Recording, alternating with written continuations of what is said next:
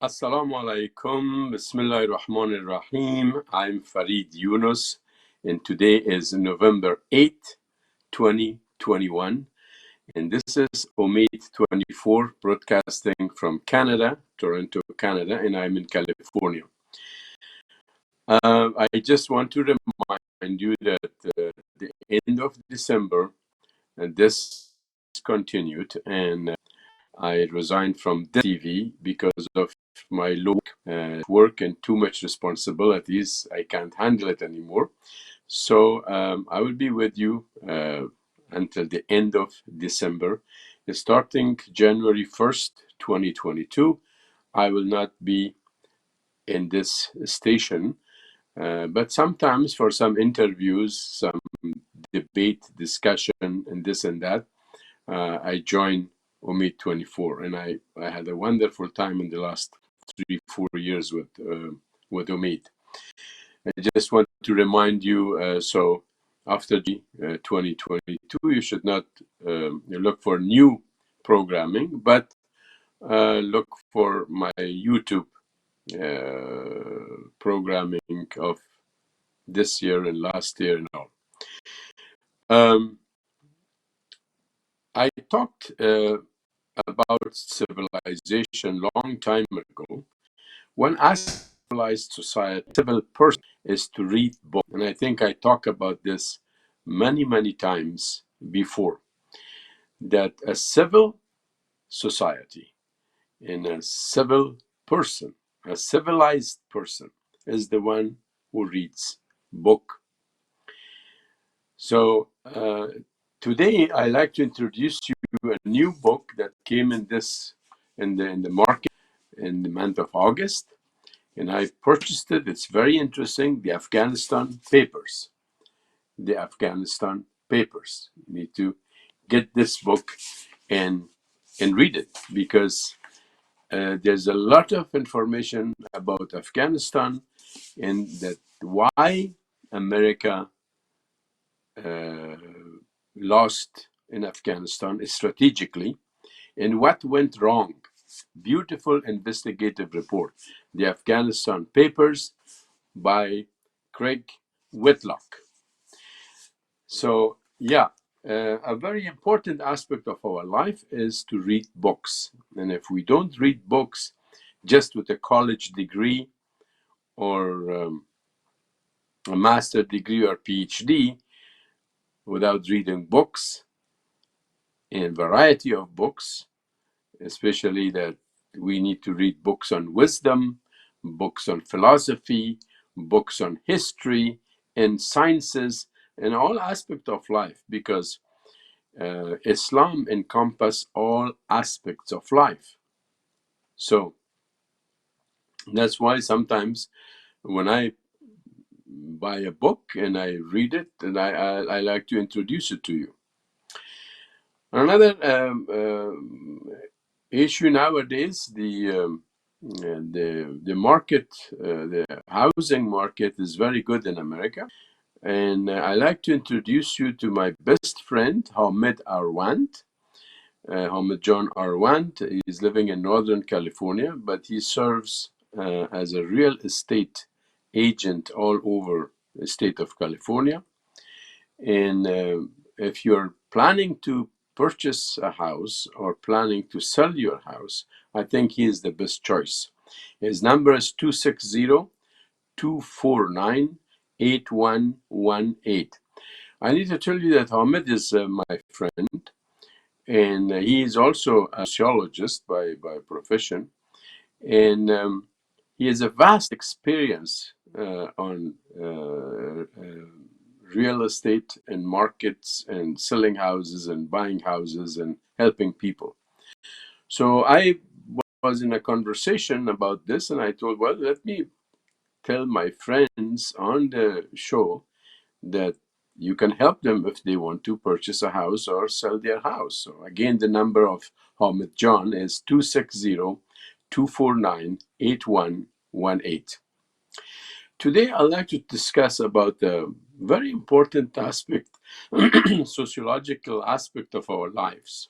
We are immigrants, and some of us, actually most of us, or I really don't know that this. In this country, our youth are born in the United States or Canada, or they're at the age of 2, 3, 4, they are raised here, so they're Canadian or they're Americans, but have families and tradition and culture. There's nothing with that. But in culture, except culture, because Islamic culture designed for a universal setting. It's not just for a country or a nation or a territory. Anywhere you want to be a good Muslim, you can be a good Muslim. But you can't be a good Afghan in the United States because it doesn't work. This is not Afghanistan. So our indigenous culture, it's good. There are some aspect of it that we do not need in this society. Some of them that we have to modify, and some of them we have to put it in the garbage because it's not useful in this country. And there are some superstitions in all cultures, and there are something that it's not reasonable in many cultures. So so indigenous culture or our own, the culture that we brought up in Afghanistan, it's not always useful in these societies that you need to. But if you have absorbed and attract, adapt, integrate as a Muslim into this society, I think you will have an easy life. So today, I like to discuss a few things with you. It is a sociological principles that we used to teach at the university level, but I'm happy to share it with you. Excuse me. So the first thing is that when you live in a society that runs by laws and people abide laws, that is a civic society. So a civil society, it is part of component of a civil society, but most important aspect of a civil society is how people are living by laws and respect their laws and deal with each other on the basis of legal matters. One of those is that not be transgressing for America or Canada. Freedom of speech, freedom of expression is a issue. However, if you want to be a civilized person, those rights are good as long as you also, as a Muslim, follow the rules of morals and ethics. So this means that we can say anything we like, but because this is our freedom. But at the same time, if we are not following morals and ethical values, then we are not a civilized Muslim. So one basic principle of a civil society is how you abide by laws and at the same time follow the rules of ethics and moral values of yourself and also of others. So your challenge is this, that how you can knead together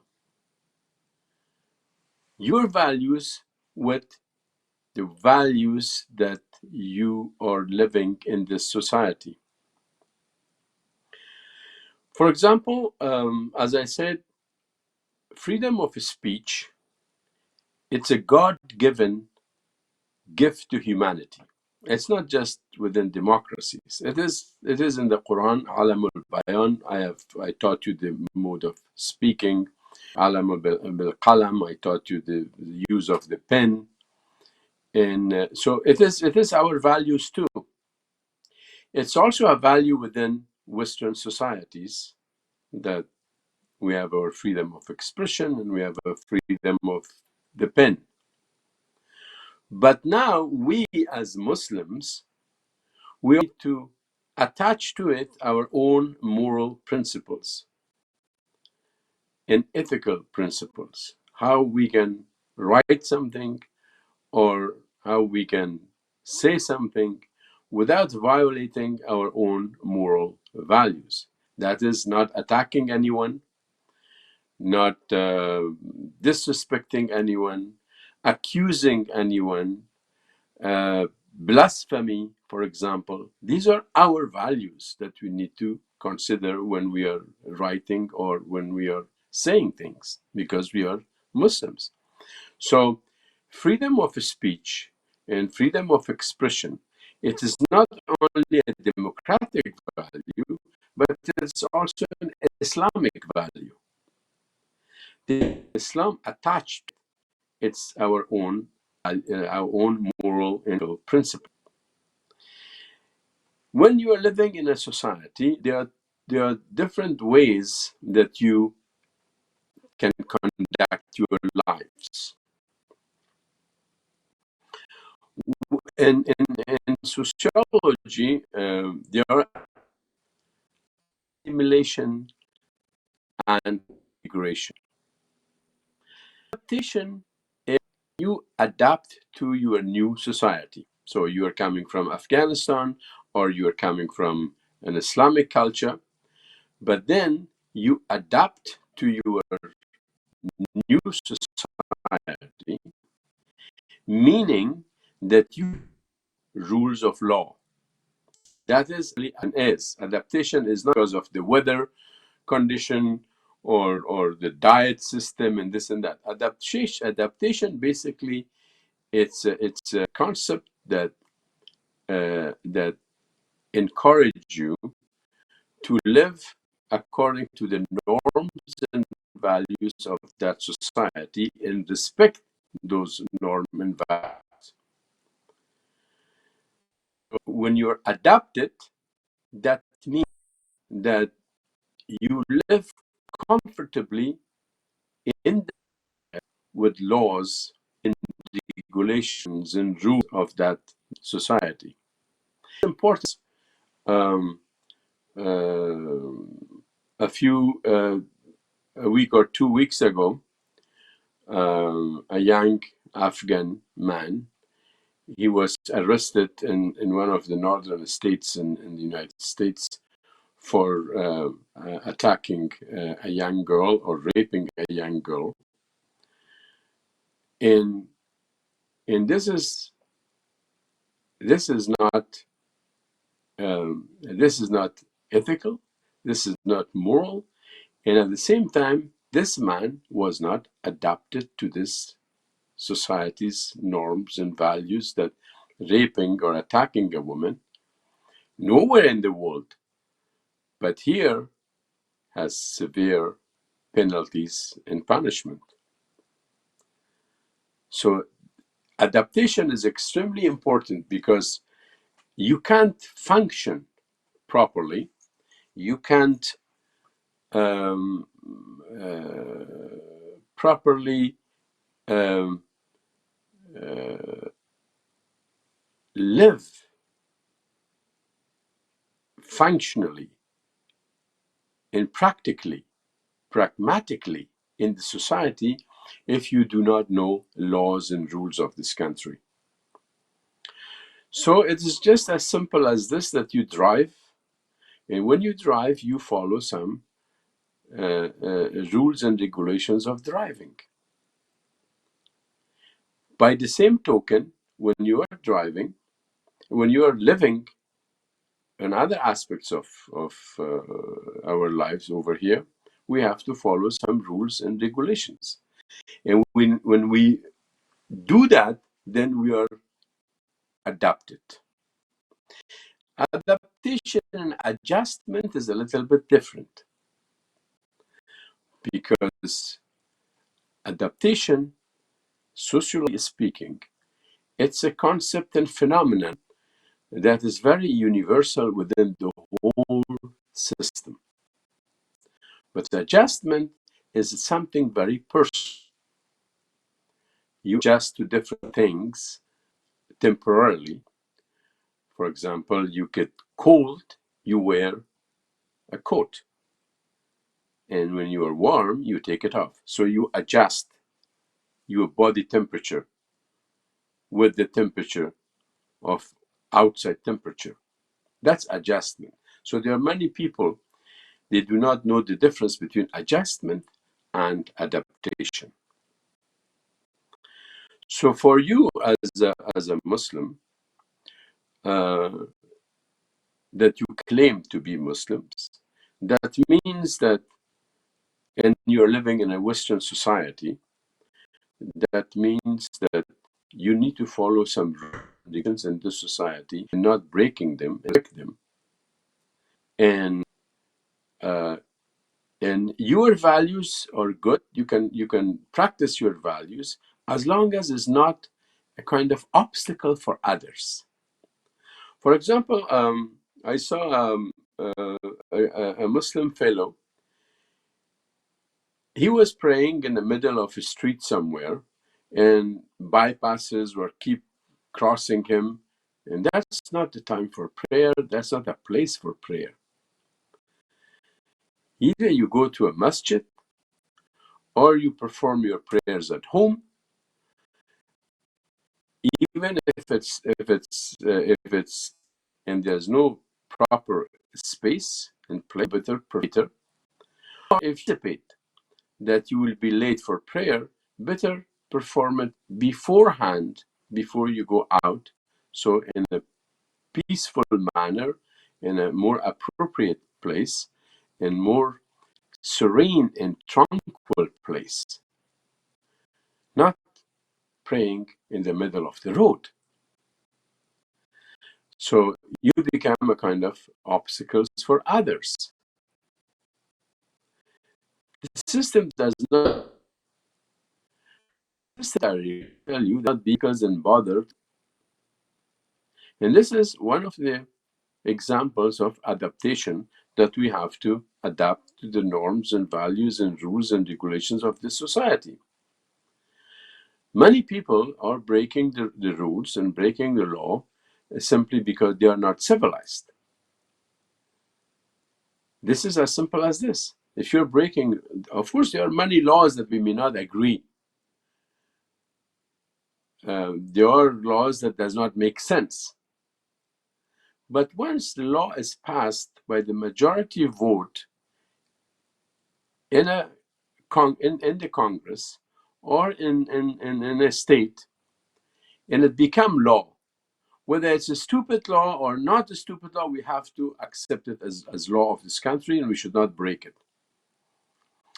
I was talking to a young lady a week ago, and she said to me that laws are so, and I agree. I 100% agree. For example, I just remember a good example. When women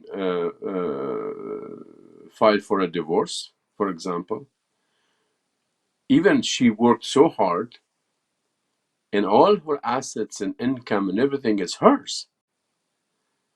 But then she has to divide it with her husband, who never been working or earn money or anything. It doesn't make sense. That's law. And that these laws are law. But since this is law and accepted, so we have to be living in a civil society. So adaptation is important for you to learn how to just like you know the rules of traffic laws and rules and regulation, other laws in order to live comfortably without any trouble in a society.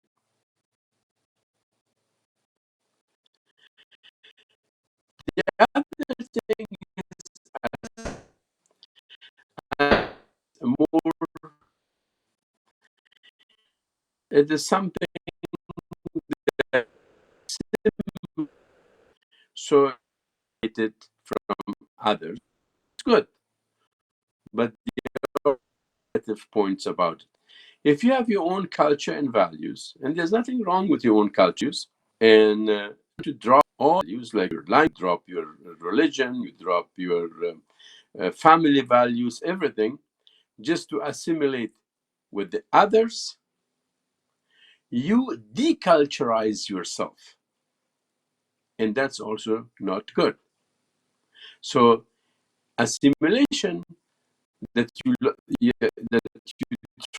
try to look like others, you are not others. You're with your own ethical principles. So you need to invest on those, live with it, and even introduce with moderation, with some good uh, uh, presentation, so people care for who you are. So don't start, then dye blonde and put some blue eyes and all. It's beautiful, but it's beautiful that God given to those that He wanted to give. Try to uh, be something that you are not, as I said. Be yourself with your own values, but don't impose your values on others, and try to use your values moderately in society. So again, as I said, people should not be bothered or um, uh, become obstacles for their living. So the danger of assimilation is that you deliberately, purposely lose your own value system, your own moral, your own culture, everything, just you want to look like others. And you know what? Sometimes others do not accept you as their own because they know that you are not them. And that's also dangerous because you fall into a cultural gap. In cultural gap, it's very dangerous thing because then you really do not know you are a Muslim or you are not a Muslim or you're an Afghan or you're not an Afghan or what are you? Who are you eventually? And so sociologists and cultural anthropologists, they do not recommend assimilation to people who are coming to these countries because they may fall into a cultural gap. They may not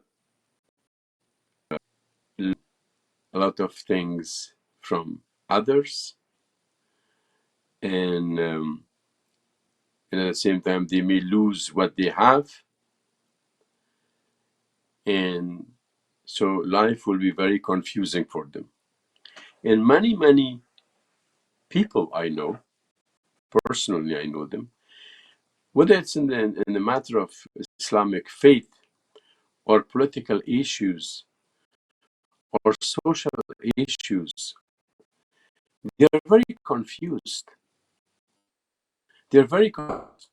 The reason confused because they try to be something they are not.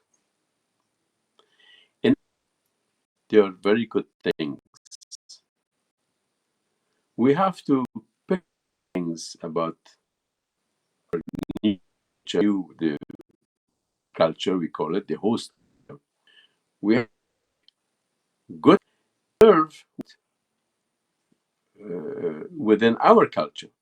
For example, hospitality is one of our values, and why should we lose that? Or respecting elders, it's one of our values. Or being kind to our parents, it's our values. Why should we lose all this? So you need to use your aql, your intelligence, and this use your common sense, your intelligence, and your talent, and distinguish between good and pick up the good, drop the bad, and live comfortably. So after assimilation, if you do like that you pick up the good and leave the bad, and make a bridge between your culture and your host culture, then you enter into the system of integration. When I came to the United States 42 years ago, I was 27 years old, and now I'm 69, and I'm going to be 70 very soon, inshallah. It was in the month of November when I arrived, so there was an atmosphere of joy, happiness, holidays. Some places already they were decorating with Christmas decorations. It was November before Thanksgiving. I arrived here before Thanksgiving, and I did not know about Thanksgiving, that they were making a turkey and family get together and thanking God Almighty for what they have, and for their freedom, and for the food, and for the family, and for celebration. So when I began living here, the following year, I had also a Thanksgiving in my home. Because Thanksgiving, it means it is a day and evening of family gathering, unity, praying for what we have, our freedom, our good health, our food, whatever God gives to us, we are thankful for that. So what's wrong with that?